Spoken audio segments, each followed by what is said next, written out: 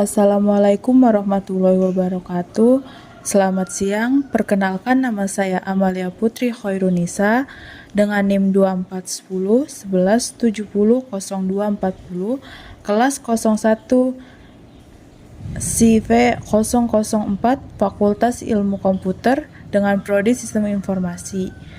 Saya di sini ingin menjelaskan materi yang sudah saya rangkum, yaitu materi bab 4 tentang infrastruktur komputasi jaringan, intranet dan ekstranet. Pengertian intranet dan ekstranet. Intranet adalah jaringan yang digunakan perusahaan untuk penggunaan internal. Jaringan ini memberikan kemampuan penjelajahan dan pencarian yang mudah dan murah. Sedangkan ekstranet menghubungkan intranet dari berbagai perusahaan yang berbeda dan memungkinkan komunikasi aman antar mitra bisnis melalui internet. Ada 3 jenis kategori utama. Berikut ini antara lain. Yang pertama, penemuan. Melibatkan penjelajahan dan penarikan informasi serta memberikan pelanggan kemampuan untuk melihat informasi dalam basis data, mengunduhnya, dan memproses. Yang kedua, ada komunikasi. Internet memberikan saluran komunikasi yang cepat dan murah, berkisar dari pesan yang dimasukkan secara online di papan buletin hingga pertukaran informasi yang rumit antar perusahaan.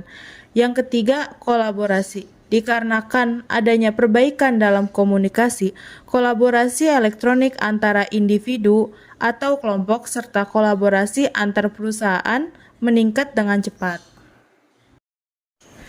Selanjutnya ada pengertian dari portal.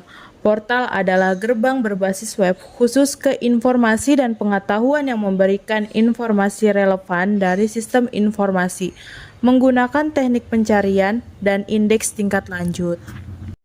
Portal dibedakan dalam 7 jenis, antara lain, yang pertama, portal komersial atau publik, menawarkan isi untuk berbagai komunitas. Portal ini ditunjukkan kepada pengguna secara luas dan menawarkan isi yang cukup rutin, beberapa secara real time. Contohnya adalah Yahoo.com dan lainnya.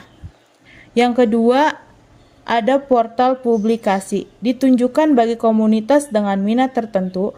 Contoh, portal publikasi pemilihan umum 2019. Yang ketiga, portal pribadi, memiliki sasaran informasi tertentu yang telah disaring untuk berbagai individu. Yang keempat, ada portal afinitas, mendukung berbagai komunitas seperti kelompok, hobi, atau partai politik. Yang kelima, ada portal mobile, portal yang dapat diakses dari berbagai peralatan mobile. Contohnya adalah iMode dari Docomo di Jepang. Yang keenam, ada portal suara, portal web dengan antarmuka audio yang dapat diakses oleh telepon biasa atau seluler. Portal suara menggunakan teknologi pengenal suara dan teks ke suara. Ketujuh, ada portal korporat, mengkoordinasikan banyak sekali isi dalam komunitas mitra bisnis dan perusahaan yang relatif sedikit. Selanjutnya, ada portal korporat. Aplikasi portal korporat mengenai isi dari bagian antara lain A. Personalisasi, aplikasi yang bersifat personal dari organisasi tersebut. B. Pencarian, aplikasi yang digunakan untuk memudahkan melakukan pencarian informasi. C. Manajemen pengetahuan, adalah proses yang membantu organisasi mengidentifikasi, memilih, mengatur, menyebarkan, mentransfer, dan menerapkan informasi dan keahlian. Merupakan bagian dari memori organisasi dan umumnya berada di dalam organisasi dengan cara yang tidak terstruktur. D. Inteligensi bisnis adalah kategori luas dari aplikasi dan teknik untuk mengumpulkan, menyimpan, menganalisis, dan menyediakan akses ke data untuk membantu pengguna dalam membuat keputusan bisnis dan keputusan strategis yang lebih baik. E. Integrasi.